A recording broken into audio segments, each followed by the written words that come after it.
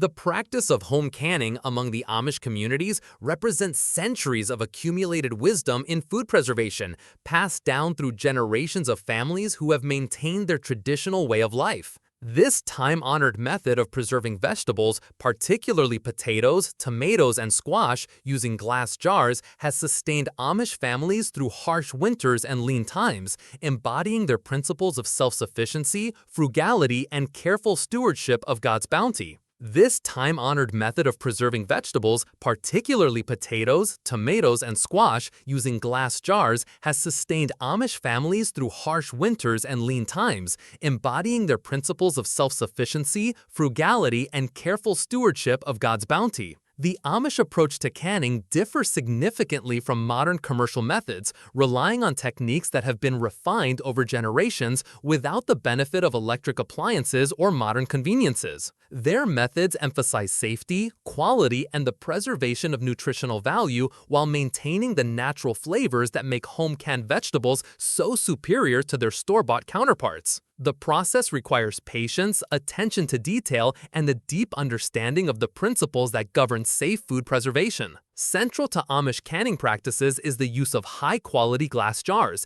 typically mason jars with metal lids and rings that create an airtight seal when properly processed. These jars, often reused year after year, become family heirlooms, passed from mother to daughter, carrying with them the wisdom of countless canning seasons. The glass construction allows for easy inspection of the contents, ensuring that any signs of spoilage can be quickly identified, while the sturdy construction withstands the repeated heating and cooling cycles essential to the canning process. The selection and preparation of vegetables forms the foundation of successful Amish canning. Potatoes, one of the most important staples in Amish cuisine, require careful selection for canning purposes. The preferred varieties are those with firm flesh that holds up well to processing, such as Red Norland, Yukon Gold, or Kennebec potatoes. These varieties maintain their texture and nutritional value throughout the canning process while developing a pleasant, hearty flavor that complements winter meals. The potatoes must be harvested at the proper time, when they have reached full maturity but before they begin to show signs of aging or sprouting. Preparation of potatoes for canning begins with thorough washing to remove all traces of soil and debris. The Amish typically use well water and scrub brushes made from natural bristles to clean each potato individually,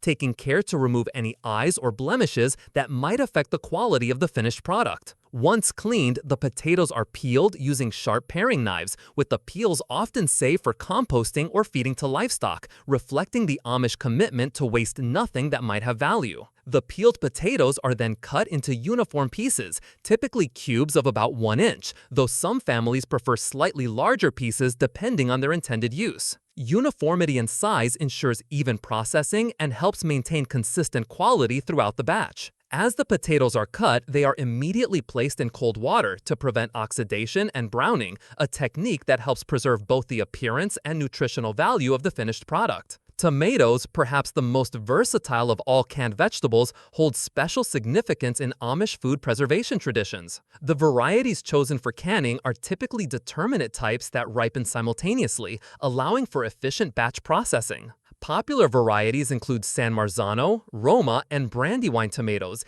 each selected for their firm flesh, low water content, and excellent flavor characteristics that intensify during the canning process. The timing of tomato harvest is crucial for successful canning. Amish families typically begin their tomato canning when the fruits have reached full color but are still firm to the touch. Overripe tomatoes, while suitable for immediate consumption, lack the structural integrity needed for successful canning and may result in mushy, unappetizing preserved vegetables. The harvest usually takes place in the early morning hours when the tomatoes are cool and firm, reducing the stress on the fruits during handling. Preparation of tomatoes involves several critical steps that directly impact the quality of the final product. The first step is blanching, a process where the tomatoes are briefly immersed in boiling water for approximately 1 to 2 minutes, just long enough to loosen the skins without cooking the flesh. This blanching is followed immediately by plunging the tomatoes into ice-cold water, a technique known as shocking, which stops the cooking process and makes skin removal much easier. Once cooled, the skins slip off easily, revealing the firm, flavorful flesh beneath. The tomatoes are then cored to remove the stem end and any green or tough portions,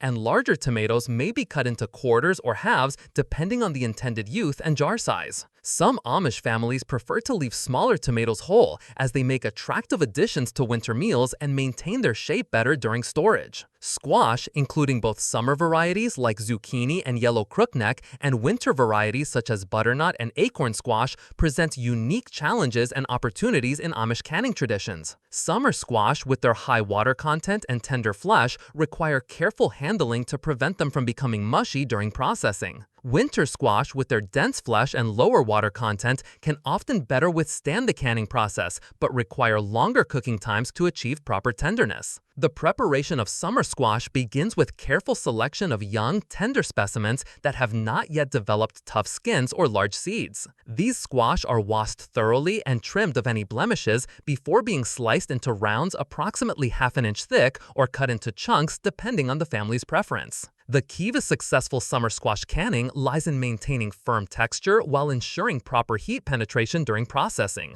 Winter squash preparation is more labor-intensive, requiring the removal of tough outer skins and the scooping out of seeds and fibrous material from the central cavity. The flesh is then cut into uniform pieces, typically chunks of about 1 to 2 inches, sized to fit easily into the canning jars, while allowing proper heat circulation during processing. The removed seeds are often saved for roasting or planting the following year, continuing the cycle of self-sufficiency that characterizes Amish agricultural practices. The actual canning process begins with the preparation of the glass jars, which must be thoroughly cleaned and sterilized before use. Amish families typically wash the jars in hot, soapy water, paying particular attention to the rim and threads where the lid will seal. The jars are then sterilized by immersing them in boiling water for at least 10 minutes or by placing them in a very hot oven for the same duration. This sterilization process eliminates any bacteria or microorganisms that might cause spoilage or pose health risks. While the jars are being sterilized, the canning liquid is prepared. For vegetables like potatoes, tomatoes, and squash, this typically consists of either plain water or a light salt solution, depending on family preferences and traditional recipes. The salt, when used, serves both as a flavor enhancer and as a natural preservative, though the primary preservation comes from the heat processing and vacuum seal created during canning. The hot pack method, preferred by most Amish families for these vegetables, involves briefly cooking the prepared vegetables in boiling water or their own juices before packing them into the sterilized jars. This preliminary cooking helps remove air from the vegetable's cellular structure, allowing for better packing density and more effective heat penetration during final processing. For potatoes, this might involve boiling them for 5 to 7 minutes until they begin to soften but are still firm. Tomatoes may be briefly heated in their own juices, while squash is typically blanched until just tender. The vegetables are packed into the hot jars using clean ladles or tongs, leaving appropriate headspace at the top of each jar.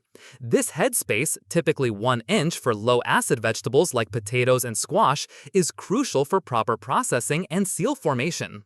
Too little headspace can prevent proper vacuum formation, while too much can result in discoloration of the food at the top of the jar. The hot canning liquid is then added to cover the vegetables, maintaining the proper headspace. Before sealing, the jar rims are carefully wiped with a clean, damp cloth to remove any food particles or liquid that might prevent proper sealing. The metal lids, which have been kept warm in hot water to soften the sealing compound, are placed on the jars and secured with metal rings, tightened by hand to a snug but not overly tight fit. This finger-tight closure allows air to escape during processing while preventing liquid from entering the jars. The filled and sealed jars are then processed in a pressure canner, an essential piece of equipment for safely canning low-acid vegetables. Unlike high-acid foods such as pickles or jams that can be safely processed in a boiling water bath, vegetables like potatoes, tomatoes with low acidity, and squash require the higher temperatures achievable only through pressure canning to eliminate the risk of botulism and other serious foodborne illnesses. The pressure canning process requires careful attention to both pressure levels and processing times, which vary depending on the type of vegetable, jar size, and altitude. For potatoes, the processing time typically ranges from 25 to 40 minutes at the appropriate pressure for the altitude, while tomatoes may require 35 to 45 minutes depending on their acidity level and processing method. Squash generally requires similar processing times to potatoes, though winter varieties may need slightly longer due to their density. Altitude plays a crucial role in determining proper processing pressures and times. Amish communities, many of which are located in areas with varying elevations, maintain detailed knowledge of local altitude effects on canning processes. At higher altitudes, where water boils at lower temperatures, increased pressure or extended processing times are necessary to achieve the temperatures required for safe preservation. This knowledge, often recorded in family canning journals passed down through generations, ensures consistent results regardless of seasonal variations or location changes. The cooling process following pressure canning requires equal attention to detail. The pressure canner must be allowed to cool naturally until the pressure gauge reads 0 and no steam escapes when the vent is slightly opened. Attempting to rush this cooling process can result in liquid loss from the jars or failure of the vacuum seal that preserves the food. Once the pressure has completely dissipated, the jars are carefully removed using jar lifters and placed on thick towels or wooden surfaces to continue cooling. During the cooling period, which typically takes 12 to 24 hours, the vacuum seals form as the contents cool and contract. The distinctive pop sound of sealing lids provides audible confirmation that the process has been successful. Jars that fail to seal properly must be reprocessed immediately or refrigerated and used within a few days. The Amish practice of checking seals involves pressing the center of each lid to ensure it does not flex, indicating a proper vacuum seal has formed. Quality control measures extend beyond the initial sealing process. Amish families typically inspect their canned goods regularly during storage, looking for signs of seal failure, unusual color changes, or the development of cloudiness in the liquid that might indicate spoilage. Any jars showing questionable signs are immediately discarded, as the health and safety of the family takes precedence over the desire to conserve food. Storage of properly canned vegetables follows strict guidelines developed over generations of experience.